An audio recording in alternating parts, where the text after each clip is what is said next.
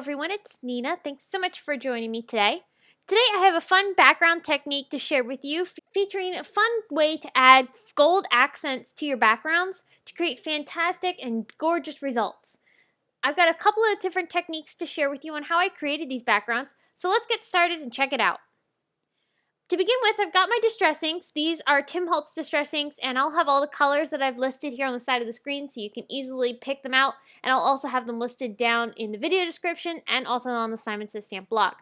I'm applying them onto an acrylic block, and I'm now going to take a sponge brush. This is a pretty inexpensive brush that you can get at almost any craft store. I'm going to be using this brush to apply my ink onto my watercolor paper. This watercolor paper is Strathmore Bristol Smooth paper. This is a watercolor paper I've used for a long time, and I love it for so many different techniques in watercoloring. It's pretty much the paper that I use almost exclusively, although I do use Canson XL watercolor paper at times. You can use any watercolor paper for your coloring. Just bear in mind that some watercolor papers do give different results than others. Now I've applied some picked raspberry and spiced marmalade onto this background. However, I did not want to add the squeezed lemonade because it's such a similar color to the spiced marmalade. So I'm just going to go ahead and skip that. Now I'm going to be applying this color in layers. So I'm letting the orange and the pink mix together. And now I've dried it and I'm applying more pink. And this is going to help mix the two together. This is going to create a beautiful pinky coral color in between the orange and the pink colors, which I really, really love. And now I'm going to move on down to the color below the spiced marmalade. For this color, I'm using cracked pistachio, and I'm going to start applying this down onto the paper. I didn't have enough ink on my brush, so I'm just going to smoosh a little bit more onto the block, get lots of ink on there. I'm applying this down in a way to be able to mix the colors together. I'm going in rainbow order, and I'm just letting the colors overlap. This is very much like doing ink blending with your ink blending tools with the little sponges. However, in this particular case, we're using a brush instead of the sponge. But the same concept applies, where you want the color to overlap to get a good blend. So I'm going to take more of that spiced marmalade, and I'm going to go ahead and blend this into the cracked pistachio. I'm not working the colors too much together because I don't want them to become too blended, just enough to have them be a little bit more seamless rather than having some hard edges. I can clean my block to get all that extra ink off, and I'll go ahead and move on to the next color. For the next color, I'm using some Mermaid Lagoon distress ink. This is a gorgeous blue color, and I really love how it mixes with the cracked pistachio. I'll go ahead and blend this down. I'm not using a whole lot of it because I want to have some purple down at the very bottom. So I'm going to clean off my brush. And now I'll go ahead and take some Wilted Violet. This is a beautiful purple, bright, bright color. I'll go ahead and apply this down along the very bottom and mix it in with the Mermaid Lagoon. Once I've mixed those colors together and dried them, I'm going to go back over top and go ahead and blend things together just like I did for the top portion. I'm going to blend this bottom area together. I'll just keep adding that purple and blue together and mixing those so that way they create a nice blend in between the two color combinations. I'm also going to add in the cracked pistachio and add that on top as well. And again, we're just mixing the colors together and letting them overlap so that way we get a nice seamless transition between the different colors. Alright, so now that we've got our background all finished, I'm now going to go ahead and take a stencil. This is a triangle geometric stencil from Hero Arts. I'm lining up the stencil on the back side. You can tell the back side from the front because the back side is a little bit more rough along the areas where it's been cut, rather than on the front where it's a little bit more smooth. So it does help to know which side is which because as you're blending the color on with your ink blending tool, it will blend a little bit easier on the front side than it will on the back side just because it's got a little bit rougher texture. So I'm spritzing some water into my Finetec gold metallic paints, and I'm using this as basically an ink well for my sponge brush. I'm picking up the gold paint and I'm applying this down onto the stencil. Now, the stencil is, of course, resisting the watercolor, and it's allowing me to sponge that watercolor into the negative areas of the stencil. And I did not use a whole lot of water. I just spritzed it like once, and I let that go, and I just picked it up with my sponge tool. And this is allowing me to have just a tad bit moisture to get that watercolor to be a little bit more moist, so that way I can blend it. However, it's not wet enough that it's going to pool up underneath the stencil as it would as if you had applied it with a brush and some water. This is a great way to get some extra use out of these gold watercolors. These work perfect because they are wells that are circles and they have a raised area, whereas some watercolor pans have a little bit more of a recessed in area, and depending on the size, you may not be able to get your sponge brush into the little wells. So this is a great way to go ahead and grab that ink and apply this down onto our background. Once I've blended that all together, you can see I'll remove the stencil, and now you'll see the gorgeous gold pattern that we have on this card. The result is stunning, and I love how it catches the light. It is so, so beautiful. This is a really fun way to get some more use out of those gold paints. So here I'm going to show you the other techniques that I used for the other two backgrounds. I did two different techniques on these, somewhat similar but yet different.